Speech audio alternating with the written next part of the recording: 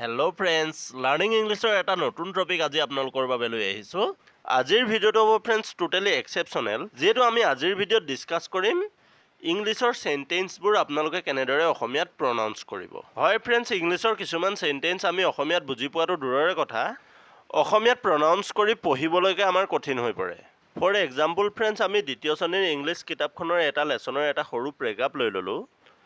Once upon a time there was a cap sailor. He moved place to place to sell caps. One hot sunny day, he sat down under a tree. He put his basket of caps near the tree. He was very tired and soon fell asleep. ঠিক এনেধৰণৰ যিকোনো প্ৰেগাপ যিকোনো lesson খুব সহজভাৱে পঢ়িব পৰাটোৱে হৈছে আমাৰ এই ভিডিঅ'টোৰ লক্ষ্য। এইটো ভিডিঅ'ত ফ্ৰেণ্ডছ আমি কিছুমান সৰু সৰু পইণ্ট অফ ভিউজ ডিসকাস কৰিম, যাৰ সহায়েৰে ফ্ৰেণ্ডছ আপোনালোকে যিকোনো ধৰণৰ প্ৰেগাপ হওক যিকোনো ধৰণৰ লেসন হওক 100% আপোনালোকে খুব সহজভাৱে ৰিড কৰিব পাৰিব আৰু কঠিনৰ পৰা খুব কঠিন ইংলিছ ৱৰ্ডটো আপুনি অসমীয়াত প্ৰনাউন্স কৰিব পাৰিব। তেনেহলে আহক ফ্ৰেণ্ডছ, লাৰ্নিং ইংলিছ থ্ৰু আছামিছৰ আমাৰ আজিৰ টপিকটো আৰম্ভ কৰোঁ।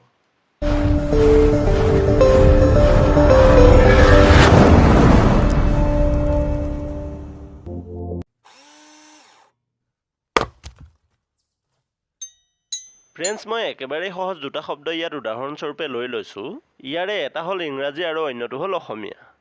ইয়াৰে ইংৰাজী শব্দটো আমি কেনেদৰে অসমীয়াত প্ৰনাউন্স কৰিম আৰু অসমীয়া শব্দটো আমি কেনেদৰে ইংলিছত কনভাৰ্ট কৰিম। সৰ্বসাধাৰণতে আমি জানো যে ফ্ৰেণ্ডছ ABCD এলফাবেট চাৰ্টখনত টোটেল 26টা এলফাবেট থাকে। তাৰে 5টা হ'ল ভাৱেল আৰু বাকী কেইটা হ'ল কনসনেণ্ট। ঠিক সেইদৰে ফ্ৰেণ্ডছ অসমীয়া বৰ্ণমালাত 52টা বৰ্ণ আছে। তাৰে 41টা যেটোক আমি ব্যঞ্জন বৰ্ণ বুলি জানো যেনে ক খ, আৰু তাৰে 11টা যেকেইটাক আমি স্বৰবৰ্ণ বুলি জানো যেনে অ আ। এতিয়া আপোনালোকে ভালদৰে মন কৰিব, অসমীয়াত যিকেইটা বৰ্ণক আমি স্বৰবৰ্ণ বুলি কওঁ সেইকেইটাক আমি ইংৰাজীত ভাৱেল বুলি কওঁ।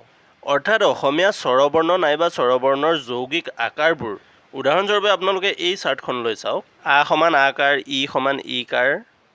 ঠিক এনেদৰে অসমীয়া স্বৰবৰ্ণবোৰে যেনেদৰে শব্দ গঠন কৰাত সহায় কৰে, ঠিক একেধৰণে ইংৰাজী ভাৱেল কেইটা যেনে এ ই আই অ ইউ এইকেইটাই ইংৰাজী ৱৰ্ড মেকিঙত সহায় কৰিব।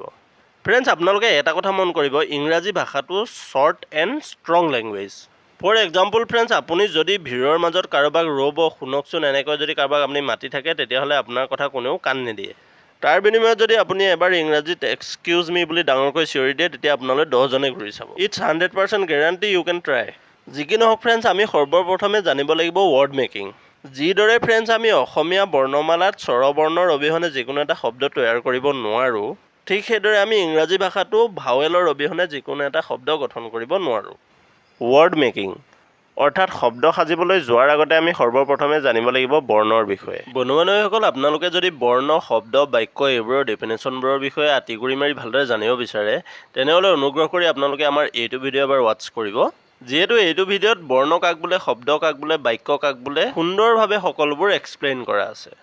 তথাপিও ফ্ৰেণ্ডছ, এতিয়া ফাৰ্ষ্ট অফ অল আমি জানিব লাগিব বৰ্ণ কাক বোলে। চমুকৈ ক'বলৈ গ'লে ফ্ৰেণ্ডছ, ভাষা লিখি প্ৰকাশ কৰিবলৈ আমি যিবোৰ চিহ্ন বা আখৰ ব্যৱহাৰ কৰোঁ তাকেই বৰ্ণ বোলে। অসমীয়াত বৰ্ণ দুই প্ৰকাৰ, স্বৰবৰ্ণ আৰু ব্যঞ্জন বৰ্ণ। As like same in English there are 2 types of alphabet, vowel and consonant. এতিয়া আমি জানো আহক স্বৰবৰ্ণৰ ডেফিনেশ্যনটো, অৰ্থাৎ স্বৰবৰ্ণ কাক বোলে। যি ধ্বনি উচ্চাৰণ কৰোঁতে আন কোনো বৰ্ণৰ সহায় ল'ব লগা নহয় তাকেই স্বৰবৰ্ণ বোলে। যেনে অ আ কেইটা আমি জানোৱেই। ঠিক সেইদৰে ফ্ৰেণ্ডছ ব্যঞ্জন বৰ্ণৰ ডেফিনেশ্যনটো হৈছে যি বৰ্ণ উচ্চাৰণ কৰোঁতে আন কোনো বৰ্ণৰ সহায় ল'ব লগা হয় তেনে বৰ্ণক ব্যঞ্জন বৰ্ণ বোলে। উদাহৰণস্বৰূপে ফ্ৰেণ্ডছ, আপুনি কটো এবাৰ দীঘলীয়াকৈ উচ্চাৰণ কৰি চাওকচোন, ক। ইয়াত শেষলৈ আমি এটা অ উচ্চাৰণ কৰিছোঁ, ক। ঠিক সেইদৰে আপুনি খটো এবাৰ দীঘলীয়াকৈ উচ্চাৰণ কৰি চাওকচোন, খ। শেষত আমি এটা অ উচ্চাৰণ কৰিছোঁ, নহয় জানো? আৰু ঠিক সেইদৰে গ, ঘ। আপুনি ব্যঞ্জন বৰ্ণৰ প্ৰত্যেকটো বৰ্ণ এবাৰ দীঘলীয়াকৈ উচ্চাৰণ কৰি চাব। ব্যঞ্জন বৰ্ণৰ প্ৰতিটো বৰ্ণ আমি স্বৰবৰ্ণৰ যিকোনো এটা নহয় এটা বৰ্ণৰ সহায় লৈহে উচ্চাৰণ কৰিব পাৰোঁ। ঠিক সেইদৰে ফ্ৰেণ্ডছ, এতিয়া আমি যাওঁ আহক ইংৰাজী বৰ্ণমালালৈ। ইংৰাজী বৰ্ণমালাত এয়া হৈছে ভাৱেল আৰু এয়া হৈছে কনসনেণ্ট। ইয়াৰ কনসনেণ্টৰ প্ৰথম আখৰটো হৈছে বি, নহয় জানো? বিটো উচ্চাৰণ কৰোঁতে আপুনি এবাৰ ভালদৰে চাওকচোন, বি, বি। শেষত আমি এটা ই উচ্চাৰণ কৰা লিখা হৈছে, নহয় জানো? চি,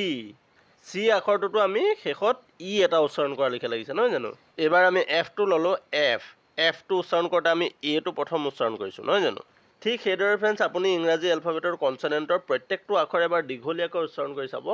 ইয়াৰ প্ৰত্যেকটো আখৰ আমি ভাৱেলৰ কোনোবা এটা নহয় কোনোবা এটা লেটাৰৰ সহায় লৈহে আমি উচ্চাৰণ কৰিব পাৰোঁ এতিয়া ফ্ৰেণ্ডছ আমি জানো আহক অসমীয়া বৰ্ণমালাৰ কোনকেইটা বৰ্ণত ইংৰাজী এলফাবেটৰ কোনকেইটা লেটাৰ ব্যৱহাৰ হয় ফ্ৰেণ্ডছ অসমীয়া বৰ্ণমালাৰ কিছুমান বৰ্ণ আছে য'ত নেকি ইংৰাজী এলফাবেটৰ এটা আখৰ ব্যৱহাৰ হয় আৰু ঠিক তেনেদৰে কিছুমান বৰ্ণ আছে দুটা তিনিটা চাৰিটালৈকে ইংৰাজী এলফাবেটৰ লেটাৰ ব্যৱহাৰ হয় এতিয়া আপোনালোকে চাওকচোন অসমীয়া বৰ্ণমালাৰ ক আখৰটো অসমীয়াৰ ক আখৰটোত আমি ইংৰাজী এলফাবেটৰ কে আখৰটো ব্যৱহাৰ কৰিব পাৰোঁ আৰু সময় সাপেক্ষে আমি কটোৰ ঠাইত কে ব্যৱহাৰ কৰাৰ উপৰিও চি আখৰটো ব্যৱহাৰ কৰোঁ ঠিক সেইদৰে আমি অসমীয়া বৰ্ণমালাৰ খ আখৰটো লিখিবলৈ ইংৰাজী এলফাবেটৰ কে এইচ ব্যৱহাৰ কৰিম ঠিক সেইদৰে গটো লিখিবলৈ আমি ব্যৱহাৰ কৰিম জি ঘটো লিখিবলৈ আমি ব্যৱহাৰ কৰিম জি এইচ ঙটো লিখিবলৈ আমি ব্যৱহাৰ কৰিম এন জি আৰু সময় সাপেক্ষে আমি ইউ এন জিয়েও ব্যৱহাৰ কৰিব পাৰোঁ প্ৰথম চটো লিখিবলৈ আমি ব্যৱহাৰ কৰিম চি এইচ দ্বিতীয় চটো লিখিবলৈ আমি ব্যৱহাৰ কৰিম চি ডাবল এইচ বৰ্গীয় জটো লিখিবলৈ আমি ব্যৱহাৰ কৰিম জে ঝটো লিখিবলৈ আমি ব্যৱহাৰ কৰিম জে এইচ নিয়টো লিখিবলৈ আমি ব্যৱহাৰ কৰিম ৱাই ঠিক সেইদৰে মূৰ্ধন্য টটো লিখিবলৈ আমি ব্যৱহাৰ কৰিম টি আৰু মূৰ্ধন্য থটো লিখিবলৈ আমি ব্যৱহাৰ কৰিম টি এইচ মূৰ্ধন্য ডটো লিখিবলৈ আমি ব্যৱহাৰ কৰিম ডি মূৰ্ধন্য ধটো লিখিবলৈ আমি ব্যৱহাৰ কৰিম ডি এইচ মূৰ্ধন্য নটো লিখিবলৈ আমি ব্যৱহাৰ কৰিম এন দন্ত্য টটো লিখিবলৈ আমি ব্যৱহাৰ কৰিম টি দন্ত্য থটো লিখিবলৈ আমি ব্যৱহাৰ কৰিম টি এইচ দন্ত্য ডটো লিখিবলৈ আমি ব্যৱহাৰ কৰিম ডি দন্ত্য ধটো লিখিবলৈ আমি ব্যৱহাৰ কৰিম ডি এইচ আৰু দন্ত্য নটো লিখিবলৈ আমি ব্যৱহাৰ কৰিম এন এতিয়া আমি পটো লিখিবলৈ ব্যৱহাৰ কৰিম পি ফটো লিখিবলৈ আমি ব্যৱহাৰ কৰিম পি এইচ আৰু সময় সাপেক্ষে আমি ফটো লিখিবলৈ এফ ব্যৱহাৰ কৰিব পাৰোঁ বটো লিখিবলৈ আমি ব্যৱহাৰ কৰিম বি ভটো লিখিবলৈ আমি ব্যৱহাৰ কৰিম বি এইচ মটো লিখিবলৈ আমি ব্যৱহাৰ কৰিম এম অন্ত্যস্ত জটো লিখিবলৈ আমি ব্যৱহাৰ কৰিম জে কিন্তু সময় সাপেক্ষে আমি অন্ত্যস্ত জটো লিখিবলৈ ৱাইও ব্যৱহাৰ কৰোঁ ৰটো লিখিবলৈ আমি ব্যৱহাৰ কৰিম আৰ লটো লিখিবলৈ আমি ব্যৱহাৰ কৰিম এল আৰু ৱাবটো লিখিবলৈ আমি ব্যৱহাৰ কৰিম ভি নাইবা ডব্লিউ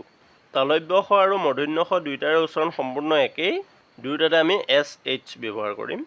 দন্ত্য শটো লিখিবলৈ আমি ব্যৱহাৰ কৰিম এছ হটো লিখিবলৈ আমি ব্যৱহাৰ কৰিম এইচ ক্ষটো লিখিবলৈ আমি ব্যৱহাৰ কৰিম কে এছ এইচ দৰে ৰটো লিখিবলৈ আমি ব্যৱহাৰ কৰিম আৰ ধৰে ৰটো লিখিবলৈও আমি ব্যৱহাৰ কৰিম আৰ ফ্ৰেণ্ডছ দৰে ৰ আৰু ধৰে ৰ এই দুটা আখৰৰ ঠাইত আৰটোৰ সলনি আমি সময় সাপেক্ষে ডি আখৰটো ব্যৱহাৰ কৰোঁ অন্ত্যস্ত ইয়টো লিখিবলৈ আমি ব্যৱহাৰ কৰিম ৱাই হচন্তটো লিখিবলৈ আমি ব্যৱহাৰ কৰিম টি অনুস্বৰটো লিখিবলৈ ফ্ৰেণ্ডছ আমি ব্যৱহাৰ কৰিম অ' এন জি আৰু সময় সাপেক্ষে আমি এন জি ব্যৱহাৰ কৰিম আৰু বিসৰ্গটো লিখিবলৈ আমি ব্যৱহাৰ কৰিম অ' এইচ আৰু চন্দ্ৰবিন্দুটো লিখিবলৈ আমি ব্যৱহাৰ কৰিম এন আৰু ফ্ৰেণ্ডছ আপোনালোকে এটা কথা মন কৰিব চন্দ্ৰবিন্দুটো আমি মৰা মানুহৰ নামৰ আগত যদিহে ব্যৱহাৰ কৰোঁ তেতিয়া আমি লিখিব লাগিব এল এ টি ই লেট ইতিমধ্যে ব্যঞ্জন বৰ্ণৰ আখৰবোৰত ইংৰাজী এলফাবেটৰ কি লেটাৰ ব্যৱহাৰ হয় আমি সেই বিষয়ে জানিলোঁ এতিয়া আমি জানো আহক স্বৰবৰ্ণৰ বিষয়ে স্বৰবৰ্ণৰ ফ্ৰেণ্ডছ অ আখৰটোৰ কোনো চিন নাই ই উজ্জ্ব হৈ থাকে অসমীয়া স্বৰবৰ্ণৰ অ আখৰটো লিখিবলৈ আমি ইংৰাজী এলফাবেটৰ এ আখৰটো ব্যৱহাৰ কৰিম আৰু সময় সাপেক্ষে আমি ইউ আখৰটো ব্যৱহাৰ কৰিব পাৰোঁ আ নাইবা আকাৰডাল লিখিবলৈ আমি এটো ব্যৱহাৰ কৰিম আৰু সময় সাপেক্ষে আমি ইউটো ব্যৱহাৰ কৰিব পাৰোঁ ঠিক সেইদৰে ই নাইবা ই কাৰডাল লিখিবলৈ আমি আইটো ব্যৱহাৰ কৰিম আৰু ই নাইবা ই কাৰডাল লিখিবলৈ আমি আই নাইবা ডাবল ই ব্যৱহাৰ কৰিম উ নাইবা উ কাৰডাল লিখিবলৈ আমি ব্যৱহাৰ কৰিম ইউ আৰু উ নাইবা উ কাৰডাল লিখিবলৈ আমি ব্যৱহাৰ কৰিম ডাবল অ' আৰু সময় সাপেক্ষে আমি ইউটো ব্যৱহাৰ কৰিব পাৰোঁ ৰি নাইবা ৰি কাৰডাল লিখিবলৈ আমি ব্যৱহাৰ কৰিম আৰ আই এ নাইবা এ কাৰডাল লিখিবলৈ আমি এ আৰু ই এই দুইটা আখৰ ব্যৱহাৰ কৰিম আৰু ঠিক সেইদৰে ঐ নাইবা ঐ কাৰডাল লিখিবলৈ আমি এ আই আৰু সময় সাপেক্ষে অ' আই ব্যৱহাৰ কৰিম আৰু ও নাইবা ও কাৰডাল লিখিবলৈ আমি অ' ব্যৱহাৰ কৰিম আৰু অসমীয়া স্বৰবৰ্ণৰ ঔ নাইবা ঔ কাৰডাল লিখিবলৈ আমি এ ইউ নাইবা অ' ইউ ব্যৱহাৰ কৰিম এতিয়া ফ্ৰেণ্ডছ আপোনালোকে ভালদৰে মন কৰকচোন অসমীয়া ক আখৰটো লিখিবলৈ আমি ব্যৱহাৰ কৰিছিলোঁ কি কে নাইবা চি নহয় জানো কটো উচ্চাৰণ কৰোঁতে আমি অসমীয়া স্বৰবৰ্ণৰ অ আখৰটো উচ্চাৰণ কৰিছোঁ নহয় জানো ক শেষলৈ আমি এটা অ উচ্চাৰণ কৰিছোঁ সেয়েহে আমি কটো লিখিবলৈ ইয়াত লিখিব লাগিব কে এ ক কে এ ক আৰু ইয়াৰ লগত যদি আমি লটো লগাই দিওঁ কি হ'ব কল নহয় জানো আৰু লটো লিখিবলৈ আমি ব্যৱহাৰ কৰিছিলোঁ কি এল সেয়েহে আমি ইয়াত লিখিম এল ফ্ৰেণ্ডছ লটো যদি আমি অকলশৰীয়াকৈ উচ্চাৰণ কৰোঁ তেতিয়া আমি লটোৰ লগতো এটা অ উচ্চাৰণ কৰোঁ ল কিন্তু কটোৰ লগত যেতিয়া যোগ হৈ এটা শব্দ হৈ গ'ল ক ল কল হ'ল